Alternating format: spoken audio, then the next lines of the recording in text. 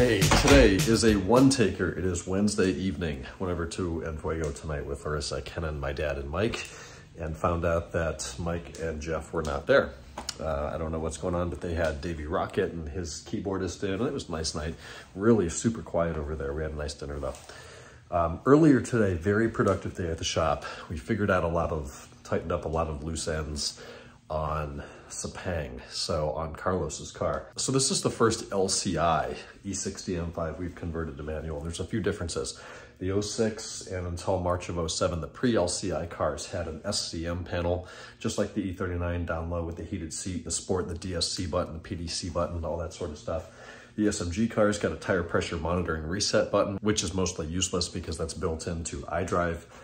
The manual cars saw that button replaced with the MDM mode, which is your way of turning on the less traction control or pressing and holding with a plus off option coded into the vehicle order by holding that button down. So this is the first one that we've done that is the newer style. And the difference is, instead of a panel with logic and buttons in it, you have a vertical row of buttons on the left that's configurable, depending on how the car was optioned from the factory, with PDC, heated seats, active seats, cooled seats, all of those options. And then on the right, it's a few other options. So those buttons are simply buttons. They're just switches. All they do is say on, off, and they communicate to another piece of the car that processes the logic and the meaning of those commands.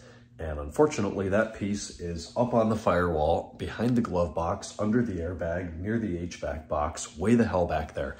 So you got to take off the passenger pedal box sealing, you got to take off the glove box, all of that trim in there, and then you finally take out this 18-pin connector. You end up moving pin 28 to 14, then connecting pin 1 from the old power button to pin 3 from the DSC off button, and then at the ABS module, you move pin 41 to pin 6, and that makes it work somehow.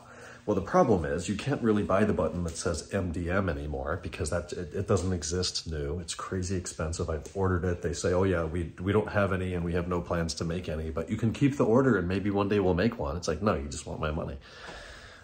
So you can't buy a new one. They do not exist used because no one is parting out manual E60M5s. So the option that I found was buying one on eBay that shows, it does away with the tire pressure monitor button and it replaces that with DTC, dynamic traction control.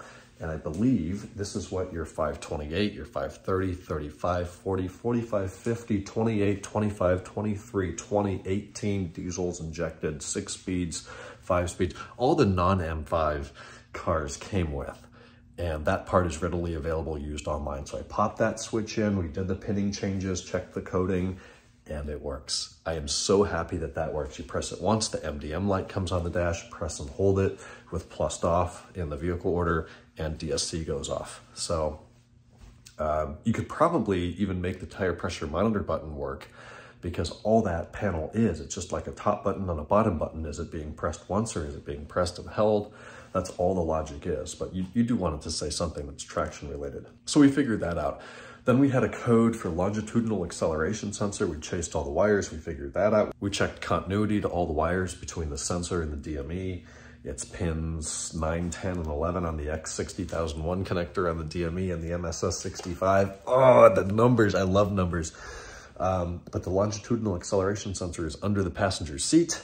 It's buried under the insulation, under the HVAC ducts. You can open that up, plug the voltmeter in, check the continuity of the wires at the DME. All of that was fine. Turns out that using ISTA to recalibrate the sensor, got rid of that code, turned off the brake light, and at least right now, we do not have wheels for this car yet. They're out being refinished. We will get those back. Then we'll try to calibrate the TPMS. Then we will finally go for a test drive, see if any codes come up. But the mechanical work seems to be done. The coding and programming and wiring work seems to be done. That's a lot of progress today.